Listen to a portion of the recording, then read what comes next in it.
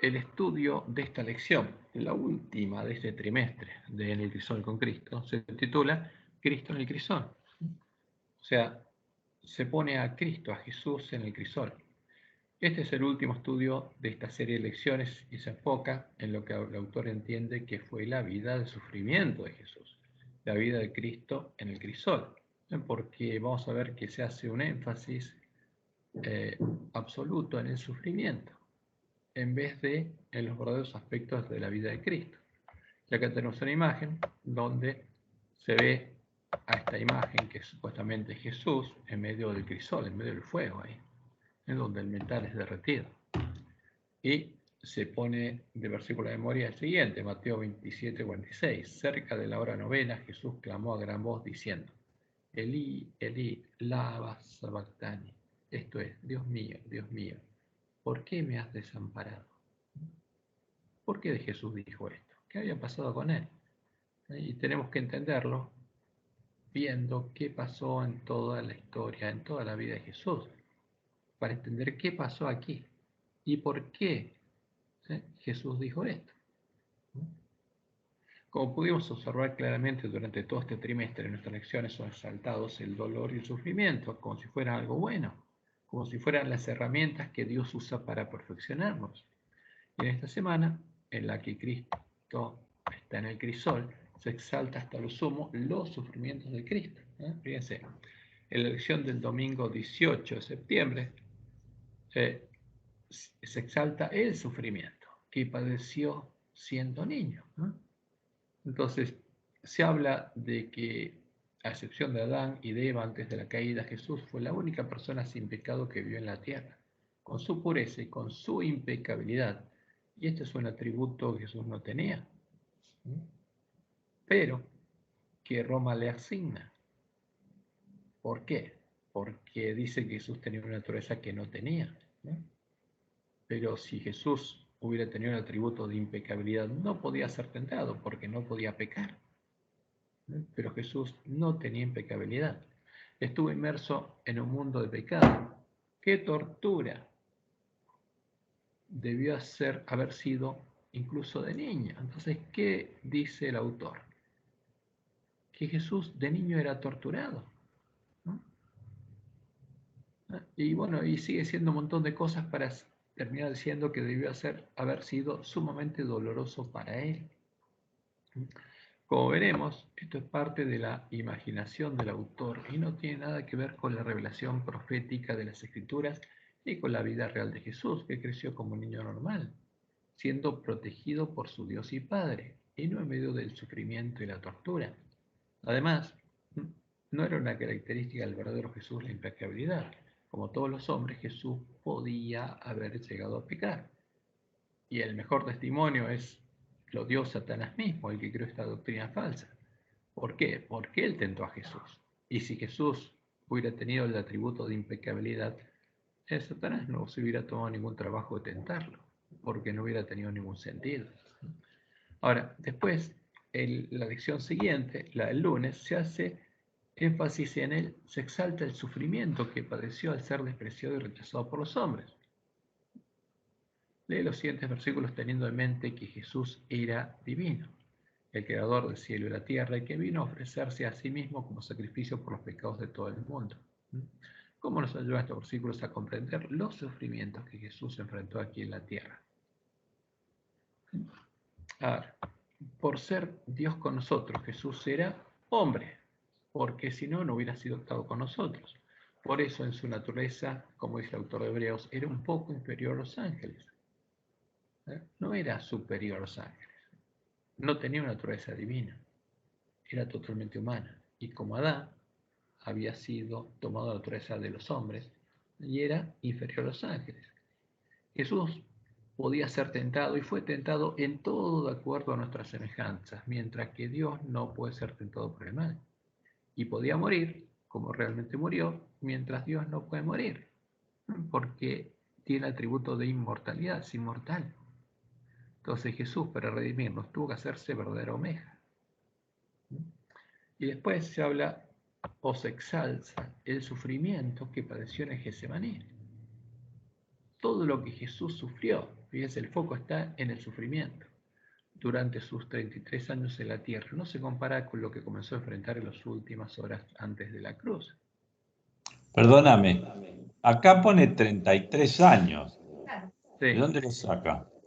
Son 31 que No, tuvo. no, murió el 31, pero nuestro calendario, el calendario gregoriano, está equivocado. Porque Jesús murió en el año 31, pero tenía 33 años y medio. Ah, ¿No? está bien. Entonces, todo lo que sufrió Jesús, dice el autor, durante sus 33 años en la tierra, no se compara con lo que comenzó a enfrentar en las últimas horas de la cruz. Y ahora, el autor sí toma una cita de Elena de White, del Deseo de todas las gentes, donde dice lo siguiente, y después vamos a ver con la palabra de Dios que aquí hay algunos errores que tenía Elena. Y dice aquí, fue a corta distancia de ellos, no tan lejos que no pudiesen verlo y oírlo, y cayó postrado en el suelo. Sentía que por causa del pecado estaba siendo separado de su padre. El abismo era tan ancho, negro y profundo que su espíritu se estremecía ante él. No debía ejercer su poder divino para escapar de esa agonía. Como hombre, debía sufrir las consecuencias del pecado del hombre. Como hombre, debía soportar la ira de Dios contra la transgresión. Ahora, esto es lo que creía Elena de White, que Jesús soportó la ira de Dios contra la transgresión. Pero vamos a ver que esto no es así. Este era uno de los errores que ellos heredaban de los paganos y los papistas, que Dios les dijo que tenían y que de los cuales no se habían deshecho. Y Cristo sigue siendo Cristo, asumía una actitud diferente de la que jamás asumirá antes, sus sufrimientos. Pueden describirse mejor en las palabras del profeta: levanta tu espada contra el pastor y contra el hombre, compañero mío, dice Jehová de los ejércitos. Como sustituto y garante del hombre pecador, Cristo estaba sufriendo bajo la justicia divina. Y esto no es así, porque no fue Dios el que lo mató, no fue la justicia divina la que lo mató. Y tenemos que comprender el Evangelio para entender qué pasó ahí. Veía lo que significaba la justicia. Hasta entonces había obrado como intercesor por otros. Ahora anhelaba tener un intercesor para sí. Ahora, y acá hay una mezcla, porque Elena de White mezcló los conceptos que ella traía, que había heredado, con las otras cosas que conocía. Por eso aquí hay un error. En este párrafo del Seo de otras gentes hay errores heredados de los paganos y los papistas. Y lo vamos a ver a la ley justamente a la luz de la ley del testimonio de los profetas. Y también nuestra acción se exalta el sufrimiento físico que padeció al ser torturado y crucificado. Fíjense, no vas a leer todos los párrafos, sino fíjense, está el dolor físico, ¿no? Qué injusto, ¿no?, que Jesús enfrentara ese dolor físico.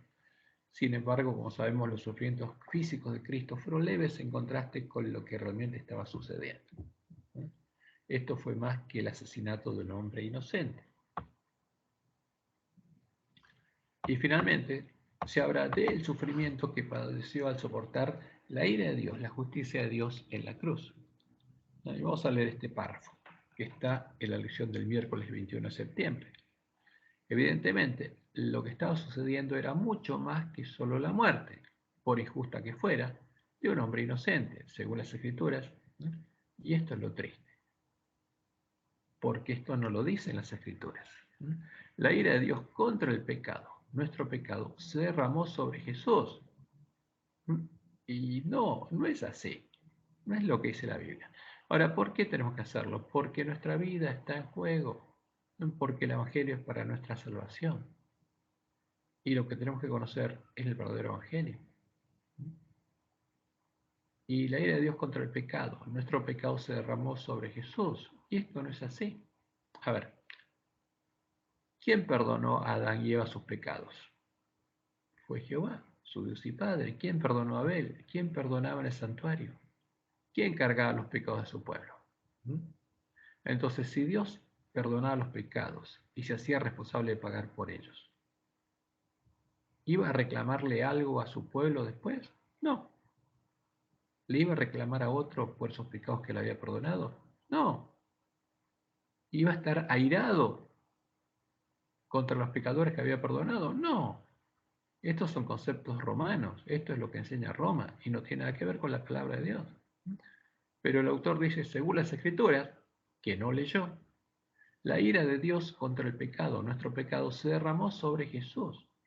Jesús en la cruz sufrió la justa indignación de un Dios justo contra el pecado. ¿Cómo? A ver, ¿qué es esto? Si fue justo lo que Jesús sufrió en la cruz, sufrió la justa indignación de un Dios justo contra el pecado, los pecados de todo el mundo. O sea, Dios se descargó sobre él, ¿no? Un Dios indignado. Como tal, Jesús sufrió algo más profundo, más tenebroso y doloroso de lo que cualquier ser humano podría conocer o experimentar alguna vez. Ahora, lo que Dios hizo era tenebroso. Y estos son los conceptos de los paganos y los papistas. Y termina diciendo el autor, al atravesar las luchas que enfrentas, ¿qué esperanza y consuelo puedes obtener de la realidad del sufrimiento de Cristo por ti en la cruz? ¿No? El que su Padre le hizo sufrir. Entonces, fíjense que toda la lección habla del sufrimiento y no de la verdad, no del verdadero evangelio. Y esto es lo que es triste. Cuando comprendemos el verdadero evangelio, nos damos cuenta que al morir en la cruz, Cristo no sufrió la ira de Dios contra la transgresión, no sufrió la justicia divina. A la luz del testimonio de la palabra de Dios, podemos darnos cuenta que este es uno de los errores heredados por los primeros adventistas de los paganos y los papistas, de los cuales deberíamos deshacernos. Y por supuesto, se ve que es evidente que no nos deshicimos. Y finalmente, el viernes habla del sufrimiento que debemos soportar nosotros, ¿no? Porque todo esto habla del sufrimiento. Y es triste escuchar esto, ¿no? Podríamos irnos acostumbrando a que mientras estemos aquí en este mundo vamos a sufrir. Como criaturas caídas, es nuestro destino. O sea, que vamos a sufrir, es nuestro destino. No hay nada en la Biblia que nos prometa algo diferente. Y eso es lo triste, cuando la Biblia promete todo lo contrario, ¿no? Esto es triste. Entonces, está diciendo todo lo contrario a la palabra de Dios. Claro que sí, y ahora vamos a ver. Al contrario, dice él, dice que vamos a sufrir. Ahora, pero es triste porque el que dice esto es porque no leyó las Escrituras. Y sigue diciendo, no obstante, en medio de nuestro sufrimiento, debemos tener en cuenta dos cosas. O sea, que vamos a sufrir, es nuestro destino. Pero ¿cuál es la primera? En primer lugar, que Cristo, nuestro Señor, sufrió más que cualquiera de nosotros. Eso es un consuelo, ¿no? Sufrió de una manera que nosotros, como criaturas pecadoras, no podríamos ni empezar a imaginar. Y en segundo lugar, mientras sufrimos, ¿no?, debemos recordar los resultados del sufrimiento de Cristo. Ahora, es decir, lo que se nos prometió gracias a lo que Cristo ha hecho por nosotros. Entonces Dios nos deja sufrir y sufrimos, sufrimos, sufrimos. Y todo esto se nos ha prometido y garantizado y todo esto que se nos ha prometido y garantizado es únicamente gracias a Cristo y el crisol que padeció, con el propósito de que un día, muy pronto, pueda ver el fruto de la aflicción de su alma y quede satisfecho. Ahora, el verdadero evangelio anunciaba que cuando Jesús muriera, resucitaría y vería el fruto de la aflicción de su alma y quedaría satisfecho. Y esto se cumplió en el tiempo de la iglesia primitiva. ¿Por qué? Porque apenas resucitó y fue establecido el reino de Dios, Dios empezó a engendrar de nuevo a sus hijos, a todos los que creían el Evangelio, y a transformarlos en imagen de Jesús. Y ahí se vio la luz que Satanás logró apagar cuando echó por tierra el lugar del santuario de Dios y la verdad. La luz que tiene que volver a verse ahora. Y por supuesto, Dios no nos pide que creamos ciegamente a nada de lo que aparece en el folleto de nuestras lecciones. Dios nos pide que, como criaturas racionales, verifiquemos a la ley y al testimonio de los profetas si al autor le ha amanecido, si conoce la verdad o si aún no le ha amanecido. Y lamentablemente, esto parece ser lo que pasa con el autor. como dice Elena, conflicto del siglo 656, el primero y más alto deber de toda criatura racional, o sea, de cada uno de nosotros, es el de escudriñar la verdad en las Sagradas Escrituras y luego andar en su luz y exhortar a otros a que sigan su ejemplo. Día tras día deberíamos estudiar diligentemente la Biblia, no el folleto de lección, pesando cada pensamiento, o sea, entendiendo cada concepto y comparando texto con texto. Con la ayuda de Dios debemos formarnos nuestras propias opiniones, ya que tenemos que responder a Dios por nosotros mismos. O sea, porque la palabra de Dios fue dada para cada uno de nosotros. ¿Es verdadero este evangelio del sufrimiento? No, es una suma de errores. ¿Es el evangelio del reino de Dios? No, de ninguna manera. No es el evangelio que predicaba Jesús. Este evangelio del sufrimiento es el falso evangelio en el que creen y predican la bestia del falso profeta. Es el falso evangelio que incluye a la mayoría de los errores que los primeros adventistas habían heredado de los paganos y los papistas, los errores de los que deberíamos deshacernos para poder recuperar el conocimiento de la verdad echada por tierra, ¿no? Como está en Primeros Escritos, página 249. Porque Dios llamó a su pueblo a estudiar las Escrituras a fin de que se pudiera despojar de los errores que les habían transmitido los paganos y los papistas. Y los tenían claro que sí. Pero Dios no podría obrar en el favor de su pueblo mientras ellos no recuperaran el conocimiento de la verdad. Ahora, ¿pueden los justos con este evangelio del sufrimiento llegar a resplandecer como el sol de justicia en el reino de su Padre? No, de ninguna manera, solo pueden llegar a hacerlo con el verdadero evangelio. Como dice Jesús en Mateo 13:43, cuando sean separados el trigo de la cizaña, entonces los justos resplandecerán como el sol en el reino de su Padre. El que tiene oídos para oír, oiga. El verdadero evangelio, el evangelio del reino de Dios, es hermoso.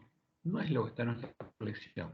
Es el tesoro escondido en el campo. Es la perla de gran precio que produce gozo en el que la encuentra, como Jesús lo enseñó en su sermón, Mateo 13, 44 al 46. Además, el reino de los cielos es semejante a un tesoro escondido en un campo, el cual un hombre halla y lo esconde de nuevo, y gozoso. ¿Qué pasa?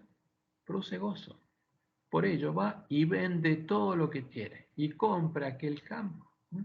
También el reino de los cielos es semejante a un mercader que busca buenas perlas, que habiendo hallado una perla preciosa, fue y vendió todo lo que tenía y la compró. Eso van a ser los que tengan hambre y sed de justicia cuando escuchen el verdadero evangelio. Y encontrar ese tesoro es lo primero que debemos buscar y hacer. Y encontrar para llegar a comprender el resto de las escrituras, como Jesús lo dijo en Mateo 3:52. Él les dijo, por eso, todo escriba docto en el reino de los cielos, que entiende el evangelio del reino de Dios. Es semejante a un padre de familia que saca de su tesoro, cada vez que abre su tesoro, su Biblia, cosas nuevas y cosas viejas. Aparte de las cosas que ya conoce, siempre va a encontrar cosas nuevas, ¿no? En su tesoro siempre va a encontrar cosas nuevas. Ahora, ¿cuál es la verdad presente para el pueblo adventista? La vida de Jesús es parte de la verdad presente, es el tema principal de esta lección. Y somos nosotros, adventistas del séptimo día, los que fuimos llamados a ser primeros en volver a recorrer el camino angosto que recorrió Jesús en el reino de su Padre, como lo hacían los miembros de la iglesia primitiva, la iglesia del desierto, siguiendo las pisadas de Jesús, puestos los ojos en Jesús. Y como Dios lo anunció por medio de la Nahuay, esto solo podríamos hacerlo cuando recuperáramos el conocimiento de la verdad echada por tierra. Y en medio de la iglesia adventista se produjera el verdadero reavivamiento de la piedad primitiva. Solo entonces los lugares asolados podrían ser reedificados, como leemos en Primeros Escritos, página 65. El Papa hizo una brecha en la santa ley de Dios, pero vi que había llegado ya plenamente el tiempo en que esta brecha tiene que ser reparada por el pueblo de Dios, y los lugares asolados han de ser reedificados. Ahora, ¿cuáles son esos lugares asolados? ¿Lo sabe el pueblo adventista? ¿Ya han sido reedificados? No, pero van a ser reedificados. ¿Cuándo? Cuando prediquemos y creamos el Evangelio primitivo, como dice en Primeros Escritos, página 135. Porque los primeros adventistas sabían que los dones se habían perdido por causa de la apostasía y que volverían a vivir con el reavivamiento de la fe y prácticas primitivas. Pero esto no lo sabe el ángel de la Odisea, que se cree rico y no sabe en qué condición está. Y como dice Elena, el redimimiento de la verdadera piedad es nuestro primer trabajo. ¿Y por qué no pasaba? Porque el pueblo antista no estaba preparado. ¿No? ¿Para qué? Para recibir la lluvia temprana, para recibir al Espíritu Santo.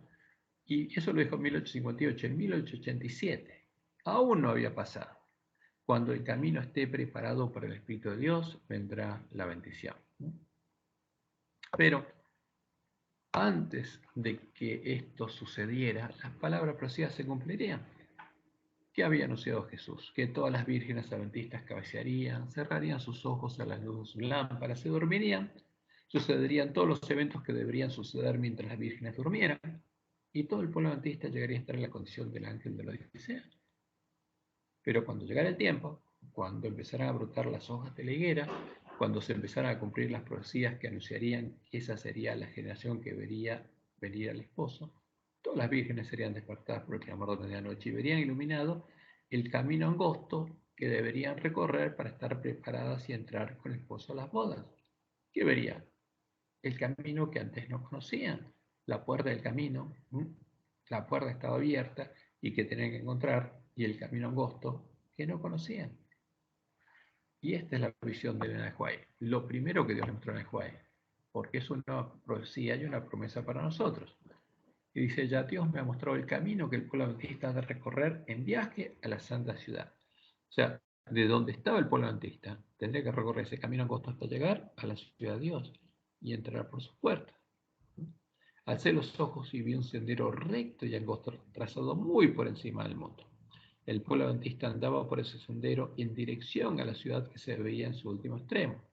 En el comienzo del sendero, detrás de los que ya andaban, había una brillante luz que, según me dijo el ángel, era el clamor de medianoche.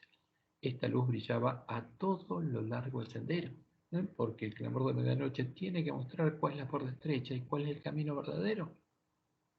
Y alumbraba los pies de los caminantes para que no tropezaran. Delante de ellos iba Jesús, guiándolos hacia la ciudad. Y si no apartaban los ojos de él, iban seguros.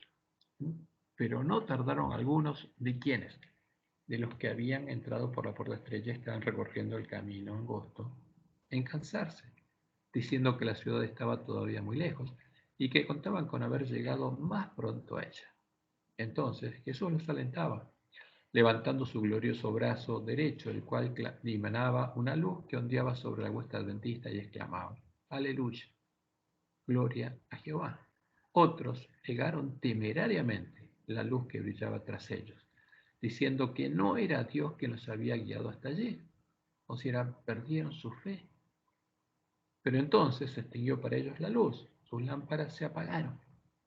La luz que estaba detrás de ellos y dejó sus pies en tinieblas, de modo que tropezaron y perdiendo de vista el blanco de Jesús, cayeron fuera del sendero, en el mundo sombrío y perverso.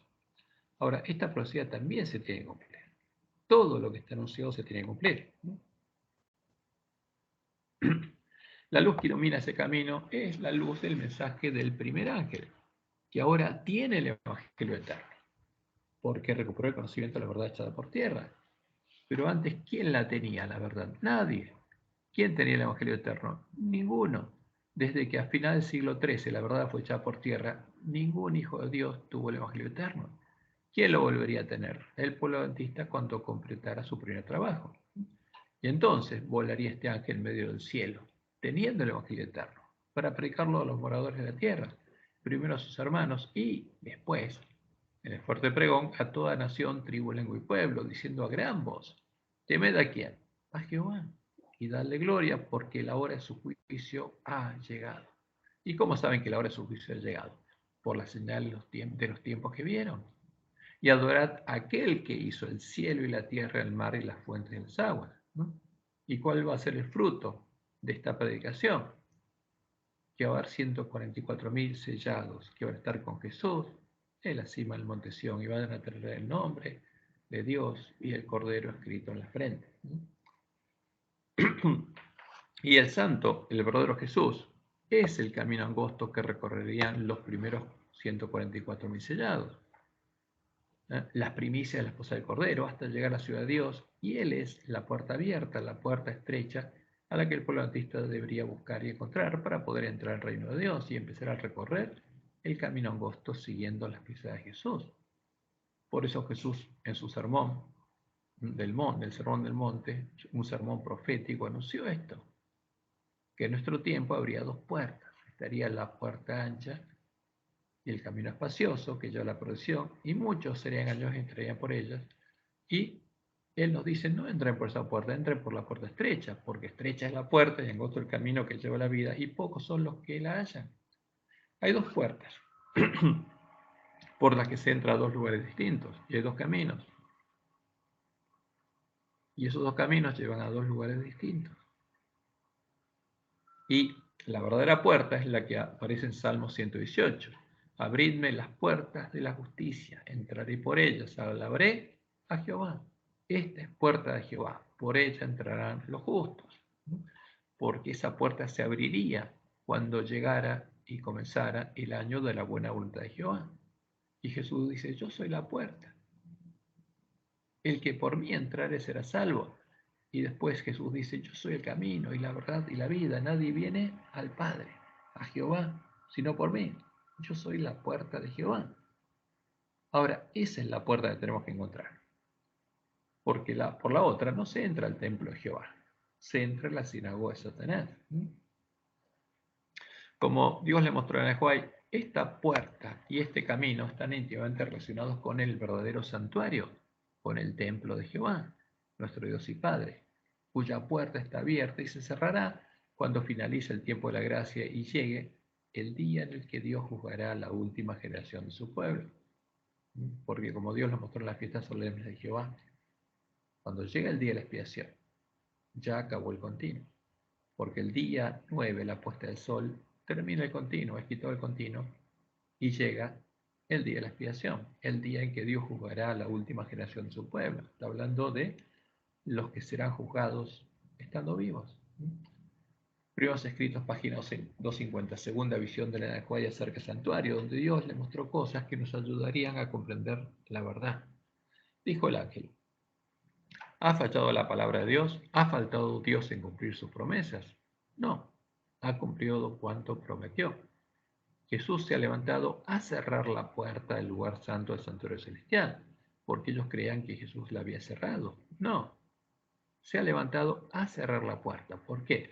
Porque a partir de 1844 en cualquier momento se podría cerrar esa puerta. Pero antes que se cerrara la puerta tendría que haber un pueblo que hubiera entrado por esa puerta, ¿no? Por eso no puede haber sido cerrada, por si no nadie podría entrar. Jesús se ha levantado a cerrar la puerta del lugar santo del santuario celestial y ha abierto una puerta en el lugar santísimo y ha entrado a purificar el santuario. Todos los que esperan pacientemente comprenderán el misterio. Para ellos será un misterio porque no entendía el santuario.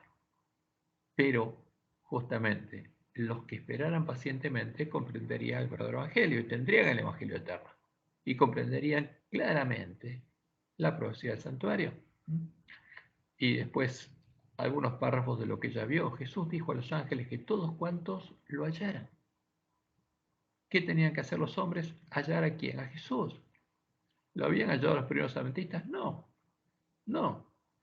¿Lo había hallado Elena, Jaime Juárez, los primeros adventistas? No. ¿Conocían al verdadero Jesús? No, porque si no ya lo hubieran hallado. Pero Jesús dijo a los ángeles que todos cuantos lo hallaran comprenderían la obra que iba a efectuar. Dios le mostró en visión profética lo que iba a pasar. Vi que mientras Jesús estuviera en el santuario se desposaría con la nueva Jerusalén. Porque la nueva Jerusalén es la esposa del Cordero. Y la esposa del Cordero está formada por ¿quiénes? Por los vencedores a los que Jesús confiesa en las bodas. Y sigue más adelante la visión con lo siguiente. Se me ordenó entonces que observara los dos departamentos del santuario celestial. La cortina o puerta estaba abierta, no estaba cerrada, como ellos creían, y se me permitió entrar. Porque si no pudiéramos entrar, nadie podría ser hecho columna del templo de Dios. En el primer departamento vi el candelabro de 7 lámparas, la mesa de los panes de la proposición, el altar del incienso y el incensario. Todos los enseres de este departamento parecían de oro purísimo y reflejaban la imagen de quien allí entraba. Era un símbolo de quién. Era un símbolo que representaba a los que entraban al lugar santo. Vi que Jesús oficiaba en ambos departamentos santuario celestial, porque no había terminado el continuo. Jesús seguía oficiando las dos obras, como sacerdote y como sumo sacerdote, porque si no, si hubiera terminado el continuo, ningún hombre podría ser perdonado sus pecados conscientes. Ahora, nosotros lo comprenderíamos claramente. En cambio, el falso Jesús no es la puerta al templo de Dios, tiene que ver con la sinagoga de Satanás. El otro Jesús, el falso Jesús, el anticristo, al que el mensaje del tercer ángel nos amonesta a no adorar, porque tendríamos que entender justamente cuál es el anticristo y entender el significado del mensaje del tercer ángel, para no adorar a la bestia religiosa ni a la imagen a la que ella adora. Este Jesús es el que es la puerta ancha, el camino espacioso que lleva a la perdición, que lleva a conocer las profundidades de Satanás y está íntimamente relacionado con la sinagoga de Satanás. Es la puerta ancha de la sinagoga de Satanás. Este falso Jesús empezó a ser adorado en el tiempo de la apostasía, cuando los apóstatas empezaron a adorar a la abominación desoladora, a el dios de las fortalezas, el dios de la bestia romana, el dios de Jezabel, porque Jezabel es la región pagana del Imperio Romano, disfrazado por Balaam, por los apóstatas de Dios y de Cristo. ¿Dónde? En la doctrina de Jezabel, la doctrina creada con cosas sacrificadas a los ídolos. Y como decía la profecía, se levantarían de parte del Reino del Norte tropas. ¿Y esa es qué cosa? La Iglesia Universal o Católica del Imperio Romano. Son las tropas que unen el paganismo y el cristianismo, que profanarían el santuario de fortaleza, el verdadero templo de Dios, y quitarían el continuo, y pondrían la abominación desoladora, pondrían otra cosa. Con lisonja seduciría a los apóstatas, a los violadores del pacto, más el pueblo que conoce a su Dios se esforzará y actuará. ¿Y cuál es esa abominación que fue puesta en el lugar del Dios verdadero y en el lugar de Jesús? Es muy clara la profecía: el Dios de sus padres no hará caso, ¿no? Ni el amor de las mujeres. ¿Por qué? Porque se hizo célibe. Más honrará en su lugar, en lugar del Dios de sus padres, en lugar de Jehová, a otro Dios, al Dios de las fortalezas. ¿Al Dios de quién? La fortaleza es la bestia romana. Dios que sus padres no conocieron. Lo honrará con oro y plata, con piedras preciosas y con cosas de gran precio. Con un Dios ajeno se hará las fortalezas más inexpugnables, y colmará de honores a los que lo reconozcan, y por precio repartirá la tierra. Entonces, ¿a quién adora el hombre pecado? Al dios de la bestia romana, al dragón. Y estas son las imágenes de lo que adora, porque ese es el dios de Constantino, el dios de la bestia romana, ¿no? Porque es el sol, es Baal. Y en la doctrina de Isabel creó a las tres hipóstasis de Baal: Baal Padre, Baal Hijo y Baal Espíritu Santo. Y recibió de Baal Padre, ¿qué cosa? Su trono, su poder y su autoridad, que la Biblia dice que lo recibió del dragón. Esa es la imagen no de Dios, sino del dragón. Y ahí está la imagen de Silvestre I, el primer papa. Y están los papas. Y está la imagen de ese Jesús, que como dice el Guay, el que adora ese Jesús y adora al papa, adora a Satanás. La gente quedó del todo engañada, se le enseñó que el papa y los sacerdotes eran los representantes de Cristo, cuando en verdad lo eran de Satanás. Y a Satanás adoraban cuantos ante ellos se postraban. Porque el hombre de pecado puso el trono a Satanás en medio del templo de Dios, se sentó en ese trono y con él se sentó Satanás. Y tenemos que verlo claramente. Entonces, ¿cuál es el origen del dolor y el sufrimiento? Son consecuencias del pecado, de la maldad, son parte de la creación de Satanás. La ciencia, el bien y el mal ya existen en el reino del príncipe de este mundo. ¿Quiénes usan el dolor y sufrimiento como herramientas? Lo usan ¿quién? Satanás, el dios de la gran Babilonia. Las usan estas herramientas los demonios y las usan sus siervos humanos, los que llegan a ser habitación de demonios y a conocerlo, a conocer las profundidades de Satanás, como se puede ver claramente en la Santa Inquisición, como leemos página 64 del Conflicto de los Siglos. En el siglo XIII se estableció la más terrible de las maquinaciones del papado, la Inquisición. El príncipe de las tinieblas obró de acuerdo con los jefes de la jerarquía papal. En sus concilios secretos, Satanás y sus ángeles gobernaron los espíritus de los hombres perversos, mientras que invisible acampaba entre ellos un ángel de Dios que llevaba apunte de sus malvados decretos y escribía la historia de hechos por demás horrorosos para ser presentados a la vista de los hombres. Babilonia la Grande fue embriagada de la sangre de los santos. Los cuerpos mutilados de millones de mártires clamaban a Dios venganza contra aquel poder apóstata. Y como dice Juan, en esto se manifiestan ¿quiénes? Los hijos del diablo, los hijos del maligno, que como Caín matan a sus hermanos. Y ellos mismos muestran en imágenes lo que hacían. Y como Roma enseña en sus doctrinas, purificar y limpiar con el sufrimiento, con el producto de la maldad, con la creación de Satanás en su crisol, es lo que Roma enseña que hace su Dios. ¿Por qué? Porque es el Dios que creó el infierno, el purgatorio. Y en el purgatorio, ¿qué hace? Ahí los justos que mueren en pecado venial o que aún tienen una deuda de la pena temporal por el pecado son limpiados por el sufrimiento antes de su admisión al cielo. Entonces, el sufrimiento purifica y perfecciona, es lo que enseña Roma. ¿Quién usa el sufrimiento? El Dios de Roma. Ahora, si en nuestra lección se pone a un Dios usando el sufrimiento, ¿cuál es ese Dios? El Dios de Roma. Es evidente. Por eso, si este Jesús, o sea, el que se pone en nuestra lección, le pagó nuestras deudas, ¿no?, al Dios de Roma, su sufrimiento debía ser tal que saldara todas nuestras deudas, porque el sufrimiento es lo que es la justicia de este Dios, para que su Padre quedara satisfecho del castigo de nuestros pecados, por nuestros pecados.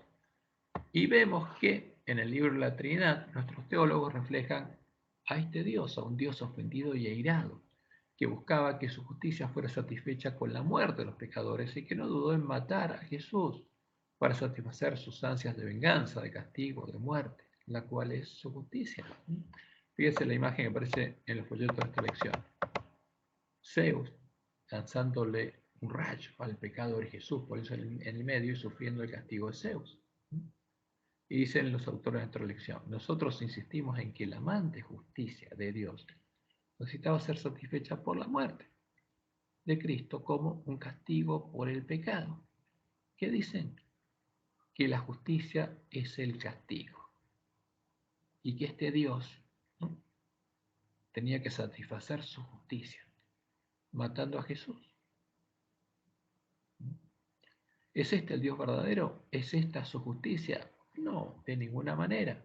La justicia del Dios verdadero no es ni la venganza, ni el castigo, ni la muerte. Su justicia es amor y misericordia. ¿En qué Dios y en qué Jesús creemos? ¿Es verdad que existen dos Jesús, dos puertas y dos caminos, y una de ellas es el disfraz de Satanás? Sí, es verdad. Es el anuncio de la palabra profética más segura. Ahora la pregunta es, ¿podemos diferenciar a los dos Jesús? ¿Las dos puertas y los dos caminos? Y es esencial que podamos hacerlo, de eso depende de nuestra vida.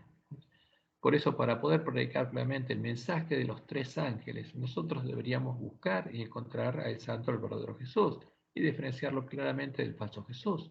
Solo entonces podríamos empezar a darles el verdadero alimento y a tiempo a todos nuestros hermanos, empezando por las ovejas perdidas en la casa de Israel. Como decía Elena, solo los que hayan estudiado diligentemente las Escrituras y racionalmente y hayan recibido el amor de la verdad en sus corazones serán protegidos de los poderosos engaños que cautivarán al mundo. Merced al testimonio bíblico, descubrirá al engañador, a Satanás, bajo su disfraz. Y Jesús fue claro: si permanecemos en sus palabras, seremos verdaderamente sus discípulos y conoceremos la verdad, y la verdad nos hará libres, porque nos libera del engaño, es la verdad. Y por eso Satanás echó por tierra la verdad. De cierto, cierto os digo, dice Jesús, que todo aquel que hace pecado, esclavo es del pecado, y el esclavo no queda en la casa para siempre. El Hijo sí queda para siempre. Así que si el Hijo os libertare, seréis verdaderamente libres. Porque el conocimiento, el verdadero conocimiento, lo que hace es libertarnos de la esclavitud. Y eso es lo que Satanás no quiere que conozcamos ni prediquemos. No quiere que se siembre la semilla del reino. Ahora, ¿quién es la verdadera semilla? Como lo vimos la semana pasada, es Jesús. ¿No? ¿Y cuál es el verdadero evangelio? Es Jesús. Porque en Jesús se ve el verdadero evangelio. En el santuario terrenal, en el modelo que Dios le dio a Moisés, con el cual él construyó el santuario del desierto, y en sus ceremonias, el continuo y la expiación, junto con las fiestas solemnes de Jehová, regidas por el calendario levítico, está explicado el verdadero evangelio, el evangelio del reino de Dios. En el santuario terrenal había un tabernáculo, símbolo del lugar de la morada de Dios, la casa de Dios, la carpa de Dios, que tenía un lugar santo y un lugar santísimo. ¿Y qué pasaba en el lugar santo? Era un símbolo del lugar donde se llevaría a cabo el continuo, el consejo de paz, cuando triunfara el Mesías. Y el lugar santísimo era un símbolo del lugar donde se llevaría a cabo la expiación, además de ser un símbolo de el Edén, el paraíso, y del Edén terrenal, donde Dios moraba con Adán y Eva. Y había un atrio que era símbolo del reino del príncipe de este mundo y de la morada de los pecadores, el lugar a donde fueron a parar Adán y Eva luego de pecar. Porque ellos moraban en la presencia de Dios, en el Edén, como Lucifer en el cielo, en el Edén del cielo. Por eso ese tabernáculo es un símbolo de el Edén, de Canaán, del reino de Dios. Y Adán y Eva, después de pecar, después de conocer la ciencia del bien y el mal, tuvieron que salir de ese lugar y morar en el atrio. Y ahí estaban los esclavos del pecado, el lugar donde Dios, actuando como padre, sacerdote de familia, edificó el primer altar. Sacrificó los primeros corderos, confesó los pecados de sus hijos, cargó sus pecados, porque Él perdonó y cargó sus pecados y los vistió con sus pieles. Ahora, cuando Dios perdona, ¿se lo reclama al pecador de nuevo? No, nunca más. ¿Y qué pasó? Ellos estaban ahí en el atrio y no podían entrar a la casa de Dios. Pero cuando Dios les dio el tabernáculo del desierto a su pueblo, le mostró que habría un camino. Y ellos no comprendían, pero llegarían a comprender. Porque el primer paso era el altar, que era la promesa, donde moriría, símbolo donde moriría el Cordero de Dios. Después estaba la fuente, símbolo de la justicia de Cristo, en la que ellos podrían lavarse, ser limpiados y ser vestidos con vestiduras blancas. Pero no estaría disponible hasta que viniera el Mesías y abrió una puerta que estaba cerrada, donde los israelitas no podían entrar. Solo simbólicamente podían entrar los sacerdotes y el sumo sacerdote en el día de la expiación. Pero ese camino estaba cerrado para ellos. Ahora, ¿dónde habría maldad, sufrimiento y dolor? ¿Dónde habría crisoles? En el atrio, en el reino del príncipe de este mundo, a donde viviría el hombre después de pecar. Ahí habría dolor y sufrimiento. Y el tabernáculo era un modelo simbólico, figura y sombra del reino de Dios con los hombres, el verdadero templo de Dios con los hombres, el templo de Jehová que sería edificado por el Mesías, por el Hijo de David, por el reino de Jehová, no con ejército ni con fuerza, como Dios lo anunció, sino con el Espíritu de Jehová el Señor, el lugar al que nosotros podríamos entrar por la puerta que estaría abierta. Y esta es la promesa de Dios a David, según Samuel 7, 12 al 14. Y cuando tus días sean cumplidos y duermas con tus padres, yo levantaré después de ti, cuando hayas muerto, a uno de tu linaje, el cual procederá de tus entrañas, y afirmaré su reino. Él edificará casa a mi nombre. Entonces, ¿quién edificaría el verdadero templo de Jehová? El Hijo de David, el Hijo del Hombre.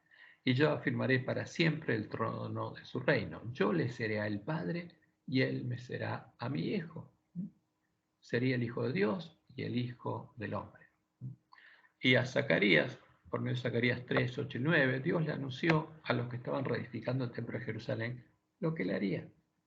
Escucha pues, Josué, sumo sacerdote, tú y tus amigos que se sientan delante de ti, porque son varones simbólicos. En esta profecía ustedes son simbólicos. he aquí yo traigo a mi siervo el renuevo. ¿Por qué aquí aquella piedra que puso delante de Josué? Porque el renuevo de Jehová sería la piedra del ángulo del verdadero templo. Y la piedra del ángulo que había puesto Josué, y Dios le había mostrado, era un tipo de ¿quién? Del Mesías. Pero ahora, en el antitipo, la verdadera piedra, sobre esta única piedra hay 7 ojos. ¿Cuál es esa piedra? Tiene 7 ojos. Jehová. Porque los 7 ojos son el Espíritu de Dios. Y la roca que tiene 7 ojos es Jehová. Sobre esta única piedra. Y hay una única piedra, no son varias. Hay 7 ojos. O sea, aquí yo grabaré su escultura. Dice Jehová a los ejércitos, y quitaré el pecado de la tierra en un día.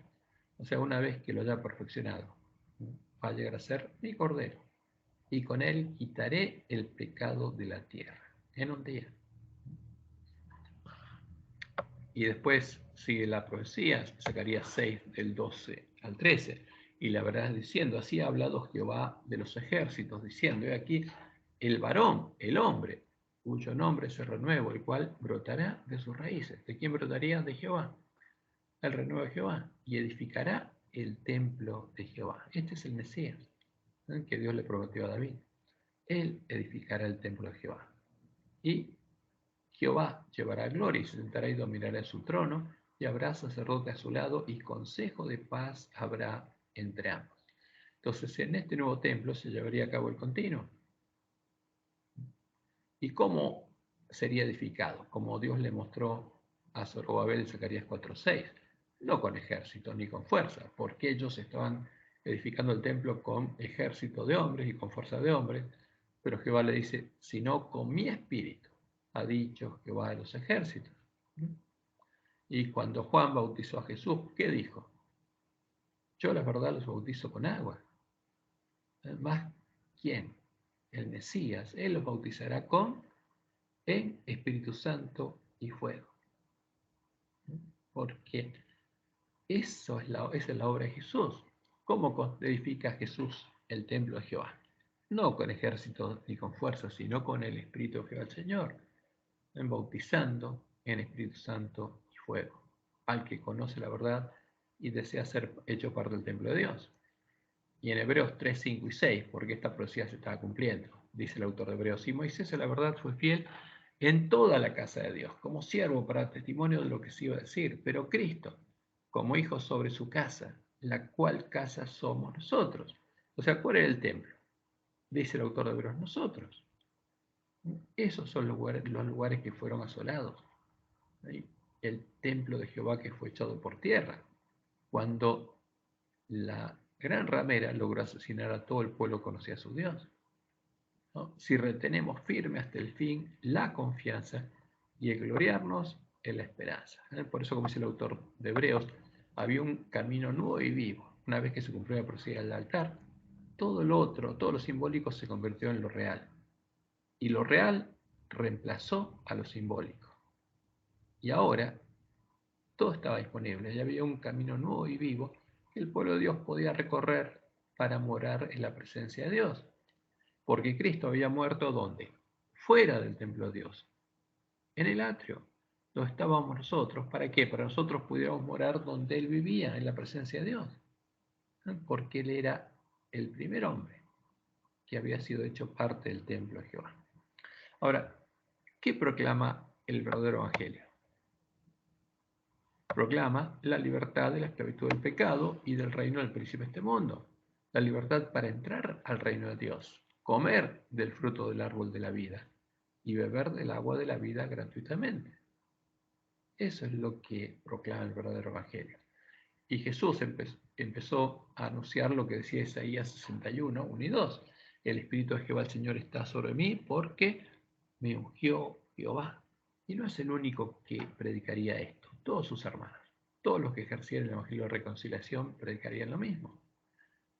Y serían enviados como fue enviado Jesús. Me ha enviado a predicar buenas nuevas a los abatidos. ¿Quiénes son los abatidos? Los que están en el atrio, los esclavos del príncipe de este mundo. A ellos hay que predicarles buenas nuevas. Aventar a los quebrantados de corazón, a los que están sufriendo ahí en los crisoles. A publicar libertad a los cautivos y a los presos, apertura de la cárcel a proclamar el año de la buena voluntad de Jehová. Y ahí terminó Jesús, porque el resto de la profecía lo tendrá que cumplir su pueblo en la última generación. ¿Y cuál es el año de la buena voluntad de Jehová? El año en el cual la puerta del reino de Dios está abierta. La puerta estrecha está abierta.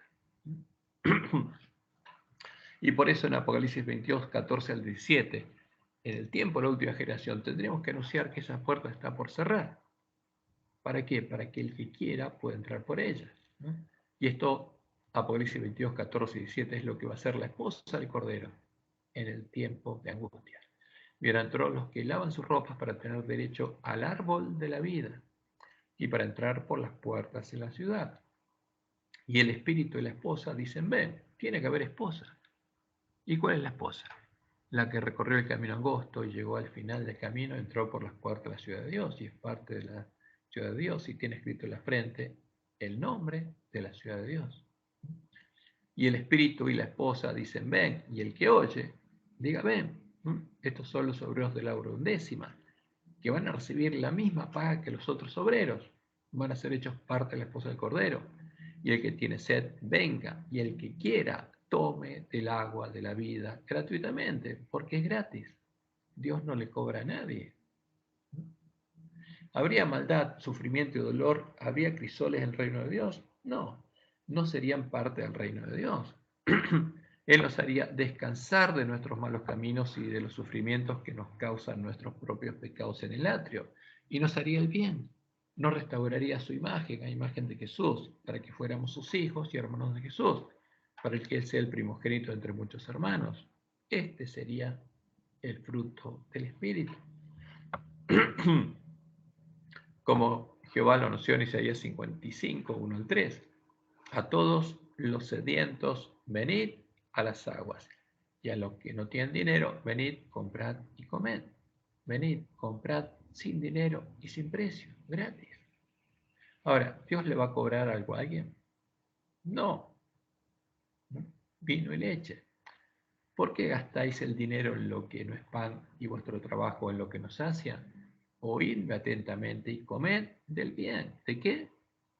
¿De los crisoles? No, del bien. Y se deleitará vuestra alma con grosura. Inclinad vuestro oído y venid a mí. Oíd y vivirá vuestra alma. Y haré con vosotros pacto eterno. Las misericordias firmes a David, al Mesías. Porque esto es parte del pacto de Dios con el Mesías. ¿Y cuál es el fruto de esa obra? ¿Es sufrimiento, sufrimiento, sufrimiento, sufrimiento? No. Más el fruto del Espíritu es amor, gozo. El que está en el reino de Dios, en la casa de Dios, tiene gozo, tiene paz, paciencia, benignidad, bondad, fe, mansedumbre, templanza. Porque eso es lo que pasaba con Jesús. Y lo mismo, el mismo fruto van a tener sus hermanos. Como dice Pablo en Romanos 14:7, porque el reino de Dios no es comida ni bebida, sino justicia, paz y gozo. ¿Qué? ¿Tormento? ¿Tortura? No. Justicia, paz y gozo en el Espíritu Santo. Esa es la obra de Dios. Eso es lo que Dios produce. Eso es lo que Él es. Y el que llega a ser su hijo, va a tener el mismo fruto. Va a tener amor, gozo, paz. ¿Cómo haría Dios esta obra? ¿Haciéndonos sufrir en los crisoles? No. Como dice Pablo, derramando su amor en nuestros corazones, escribiendo su ley, la ley que Él tiene escrita en su mente y en su corazón, escribiendo esa ley en nuestras mentes y en nuestros corazones. Como dice por medio de Ezequiel, donde Él dice que nos va a limpiar, nos va a dar un corazón nuevo y poner espíritu nuevo entre nosotros y hacer que andemos sus caminos y guardemos sus preceptos y los pongamos por obra. Esa es la obra de Él. Y por medio de Jeremías nos dice que va a dar su ley en nuestra mente y la escribirla en nuestro corazón. Y en Deuteronomio 36 dice que va a circuncidar nuestro corazón para que amemos, a fin de que tengamos vida. Y Pablo en Romanos 5 dice que esta esperanza no avergüenza, porque el amor de Dios ha sido derramado en nuestros corazones por el Espíritu Santo que nos fue dado. Y Juan dice lo siguiente: mirad cuál amor nos ha dado el Padre para que seamos llamados hijos de Dios. Por esto el mundo no nos conoce, porque no le conoció a Él. Nosotros sabemos que hemos pasado de muerte a vida en que amamos a los hermanos. ¿Eh? ¿Qué dice? ¿Que estamos en crisol? No. ¿Y cómo se llega a amar? La única forma es que Dios ponga su amor en nuestros corazones. El que no ama a su hermano permanece en muerte. Como dice de vuelta Pablo en Gálatas 5:6, porque en Cristo Jesús ni la circuncisión vale algo, ni la incircuncisión, sino la fe que obra por el amor. Y vamos a fijarnos en Jesús. Esta lección, estudio, le hicimos bastante largo, porque tenemos que fijarnos en Jesús, tener puestos los ojos en Jesús, en la piedra del ángulo del templo de Jehová. Como Dios le había anunciado en la profecía, el Mesías sería la piedra del ángulo de su templo, la primera piedra viva que sería puesta en el templo del nuevo pacto. Como él dice, he aquí yo he puesto en Sion por fundamento una piedra, piedra probada, angular, preciosa, cimiento estable. Y la pregunta es, ¿desde cuándo Jesús fue parte del templo de Jehová? Y la respuesta es clara, desde el momento en el que Jesucristo, hombre, el reino de Jehová, fue engendrado por Jehová, su Dios y Padre.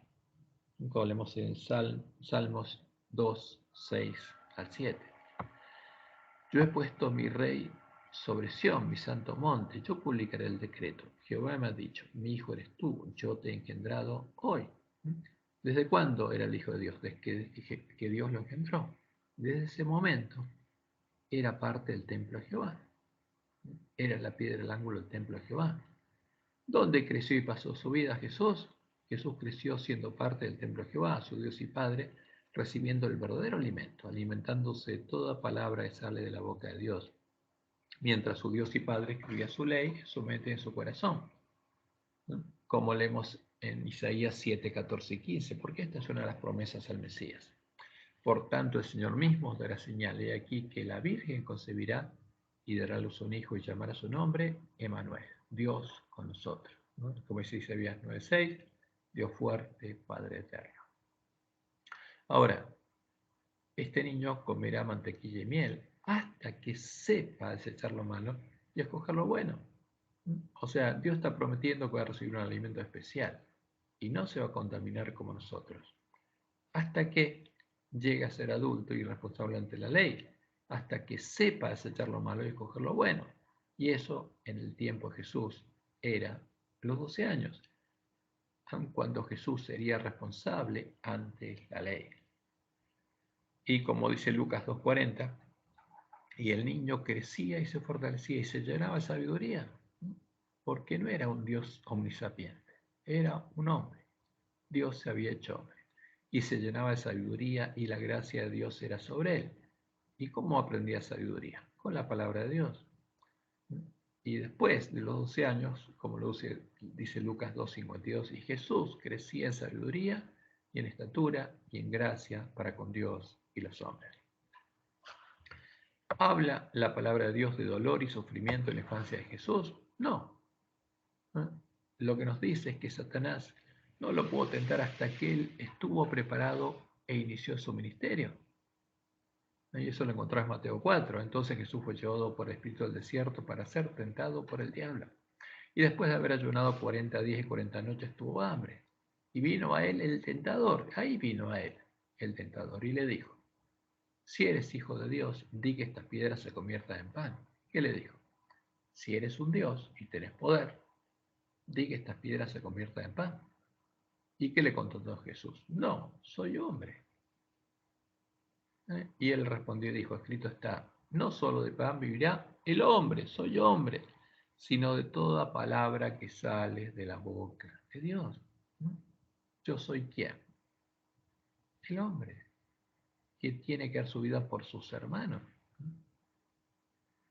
Y Satanás lo siguió tentando hasta que finalmente le citó las palabras del Salmo, donde están las palabras de Dios al Mesías. ¿Y? Para hacerse pasar por Dios. ¿Y qué les dijo? Le mostró todos los tesoros del mundo de su reino, le dijo, todo esto te daré si postrado me adorares. Y ahí Jesús se dio cuenta que este era Satanás. Y le dijo, vete Satanás, porque escrito está, a Jehová tu Dios adorarás y él solo servirás. porque lo que busca Satanás es la adoración.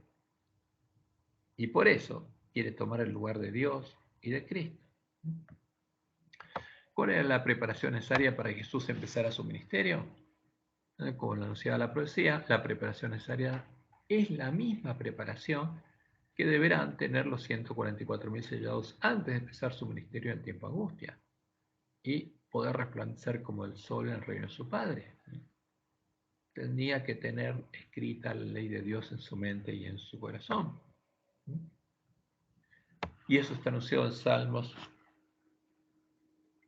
48. Me complazco en hacer tu voluntad, oh Dios mío, y tu ley está en medio de mi corazón. O sea, ¿qué había en el corazón de Jesús? Lo que él deseaba hacer y que tenía la ley de Dios. Y por eso deseaba hacerlo. Jesús jamás hizo algo contrario a lo que estuviera escrito en su mente y su corazón. Del mismo modo que no lo van a hacer sus hermanos. Como el Padre me ha amado, así también yo os he amado, permaneced en mi amor. ¿Qué tenía en el corazón? El amor de Dios. Y por eso dijo, nadie tiene mayor amor que este, que uno ponga su vida por sus amigos. ¿Y va a tener hermanos en este tiempo? Sí. Después miré y aquí el Cordero estaba en pie sobre el monte de Sión y con él 144.000 que tenían el nombre de él y el de su padre escrito en la frente. Estos son los 144.000 vencedores del pueblo adventista. Como dice Elena, los que reciban al sello del Dios vivo y sean protegidos en tiempo de angustia, deben reflejar plenamente la imagen de Jesús. Y para eso deben conocer a Jesús. Tienen que encontrar la puerta estrecha, tienen que entrar por ella, tienen que recorrer el camino angosto. Pero ¿qué vio ella? Que muchos adventistas descuidaban la preparación necesaria y al llegar el tiempo a la lluvia tardía no podían recibirla. Y esto es muy triste. ¿Y por qué pasaría esto? Porque el pueblo adventista estaría sin profecía. ¿Dónde ejerció su ministerio Jesús? Lo ejerció siendo parte del templo de Jehová, su Dios y Padre, el templo que sería reedificado con los 144.000 sellados. Como leemos en Salmos 89, el 20 al 27, y dice, allí a David mi siervo, lo ungí con mi santa unción. Mi mano estará siempre sobre él, mi mano también lo fortalecerá. Mi verdad y mi misericordia estarán con él, y en mi nombre será exaltado su poder. Él me clamará, mi Padre eres tú, mi Dios y la roca de mi salvación. Yo también le pondré por primogénito, el más excelso de los reyes de la tierra. Y esta era una profecía que se cumplía con el Mesías. Y el Mesías sería el primogénito, porque después tendría hermanos. Y él era el templo de Jehová. Como le dijo, leemos en Juan 2, 19 al 21. Respondió Jesús y les dijo, destruid este templo, y en 3 días lo levantaré. ¿Y de qué estaba hablando? Del templo, su cuerpo. ¿Por qué era parte del templo de Jehová? ¿Dónde estaba morando él? ¿En el atrio? No, era parte del templo de Jehová, ¿no? Porque el trono de Dios estaba en él. Estaba morando en el lugar santísimo, ¿no? Porque era parte del templo de Jehová. Pero tendría que morir en el atrio, lejos de su padre, en el reino del príncipe de este mundo, tomando nuestro lugar.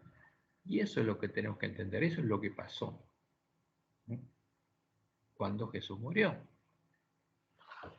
Pero a nosotros nos dice, al que venciere, yo lo haré columna del templo de mi Dios. A ustedes que están en el atrio, yo los voy a hacer columna del templo de mi Dios y nunca más van a salir de ahí. No tienen que estar en el atrio, tienen que estar dentro del templo de Jehová. Y escribiré sobre el que venciere el nombre de mi Dios y el nombre de la ciudad de mi Dios, la nueva Jerusalén, la cual desciende del cielo de mi Dios y mi nombre nuevo. ¿Qué poder obró en Jesús durante su ministerio? El poder de Jehová, su Dios y Padre.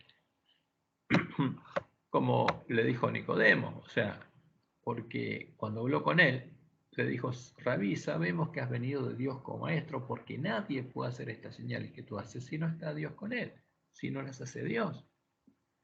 Y en Hechos 10:38 está el testimonio de Pedro acerca de Jesús.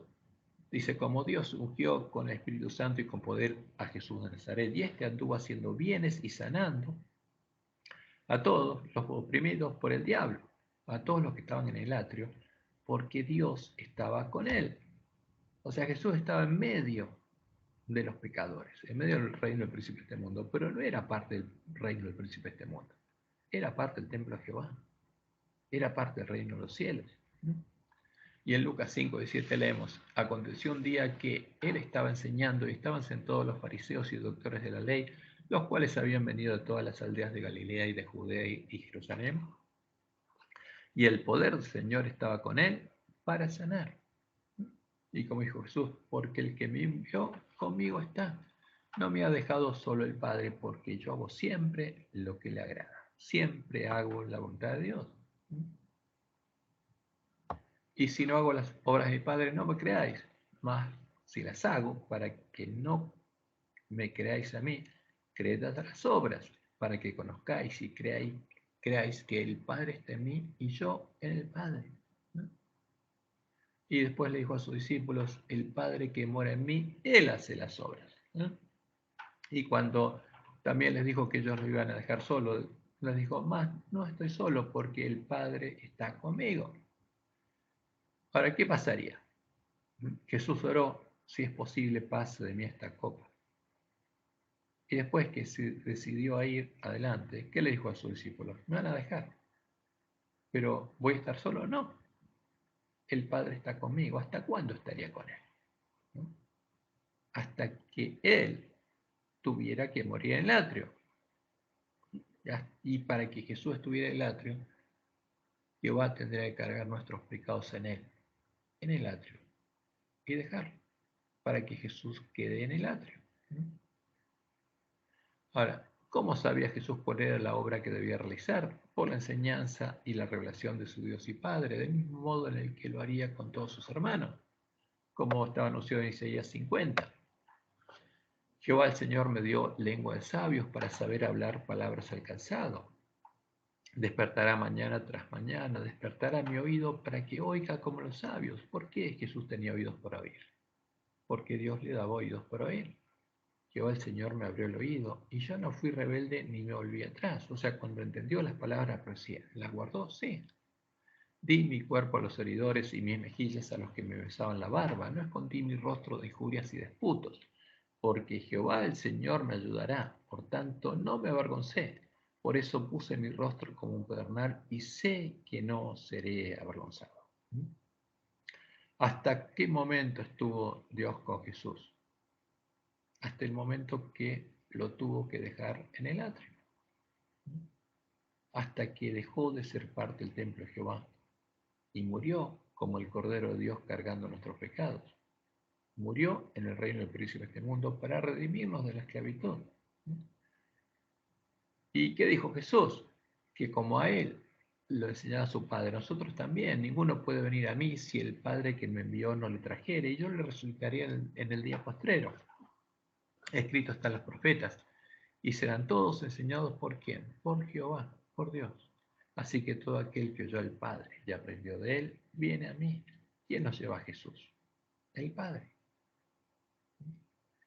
Como dice Isaías 54:13, y todos tus hijos serán enseñados por Jehová, y se multiplicará la paz de tus hijos. ¿Qué pasó en la cruz? Jesús no sufrió ni el castigo ni la ira de su Dios y Padre. Jesús murió voluntariamente como el Cordero de Dios que quita los pecados del mundo, cargando todos nuestros pecados. Luego que Jehová, actuando como nuestro sacerdote, los cargará sobre él. ¿Y para qué murió? Primero, para redimirnos de la esclavitud del pecado, para comprar nuestra libertad, tomando Él nuestro lugar y muriendo en nuestro lugar. ¿Dónde? En el reino del príncipe de este mundo, para que nosotros pudiéramos tomar su lugar como hijos de Dios. Y leemos en Colosenses 1, 12 al 14, con gozo dando gracias al Padre que nos hizo aptos para participar de la herencia de los santos en luz, el cual nos ha librado de la potestad de las tinieblas y trasladado al reino de su amado Hijo, en quien tenemos redención por su sangre, el perdón de los pecados. O sea, Dios trayó su Cordero, perfeccionándolo. Y después, cargando nuestros pecados en él, nos libertó, porque es algo que hicieron juntos, el Padre, nuestro Dios y su Cordero. porque no había otra forma de redimirnos. Y por amor a nosotros, Jesús decidió seguir el único camino que había. Y nos libró de la potestad de las tinieblas, porque somos libres al salir del atrio y entrar a su reino, al reino de Dios. Eso es lo que pasó ahí. Porque Jesús fue la ofrenda que Dios ofreció para redimirnos por nuestro rescate. No fue una ofrenda ofrecida a Él para satisfacerlo. Fue la ofrenda que Él ofreció. ¿Y qué pasa después de que Jesús venció? Como dice Juan 1, 10 al 12. En el mundo estaba y el mundo por Él fue hecho, porque es el Dios fuerte, el Padre eterno. ¿No? El príncipe de paz es Jehová. Pero el mundo no le conoció, a lo suyo vino y los suyos no le recibieron, más a todos los que le recibieron, a los que creen en su nombre, a los que creen que Él es el Dios fuerte, el Padre eterno, les dio potestad de ser hechos hijos de Dios, los cuales no son engendrados de sangre, ni de voluntad de carne, ni de voluntad de varón, sino de Dios. Eso es lo que logró. Ese es el derecho que nos dio de salir del atrio porque somos libres, porque Él pagó el precio de nuestra redención. ¿Y a quién se lo pagó? Al príncipe de este mundo, al que nos esclavizaba. Y en Romanos 8, 28 al 30 leemos, y sabemos que a los que aman a Dios, todas las cosas les ayudan bien. Esto es a los que conforme a su propósito son llamados, porque a los que antes conoció, también los predestinó para que fuesen hechos conforme a la imagen de su Hijo. ¿Qué quería hacer Dios? Transformarnos a la imagen de Jesús, para que sea el primogénito entre muchos hermanos, para cumplir la promesa hecha al Mesías, que vería linaje. Y a los que predestinó, a estos también llamó. Y a los que llamó, a estos también justificó. Y a los que justificó, a estos también glorificó. Ahora, ¿Dios le reclama algo al que justifica? No, porque es por gracia, es por amor. Ese es el Dios verdadero.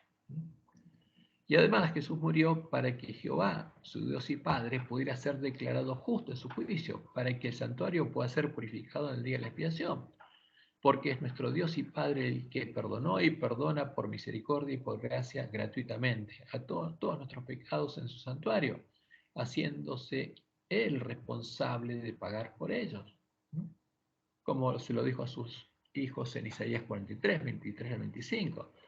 No me trajiste a mí todas estas ofrendas. ¿Qué pasó? Pusiste sobre mí la carga de tus pecados.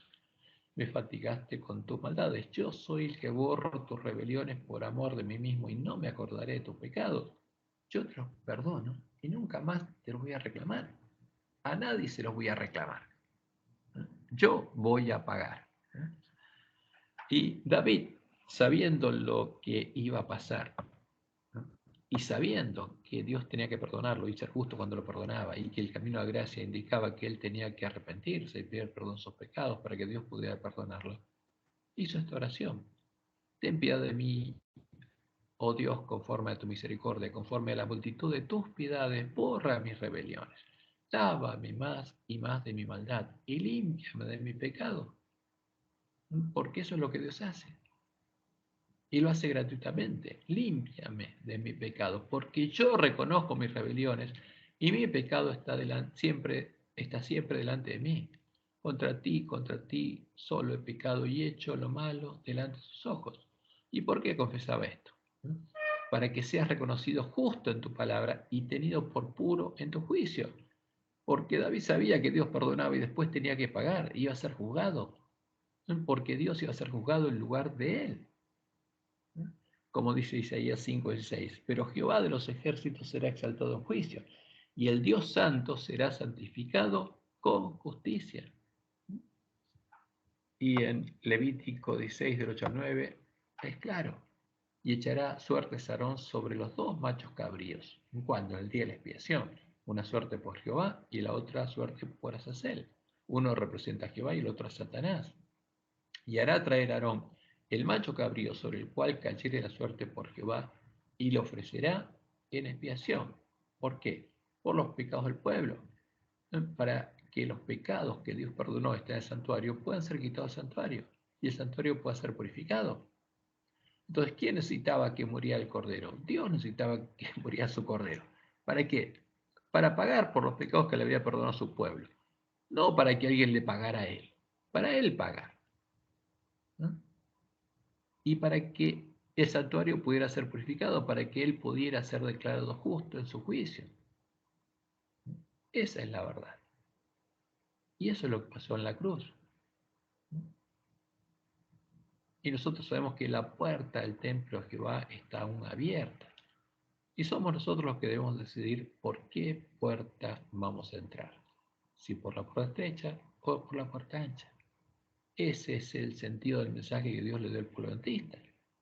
Ese es el mensaje de los tres ángeles. Ese es el mensaje que el pueblo adventista tiene que predicar y que el ángel de la Odisea no conoce. Y nuestra misión es darle alimento a tiempo a nuestros hermanos. ¿Por qué? Por amor, para salvación.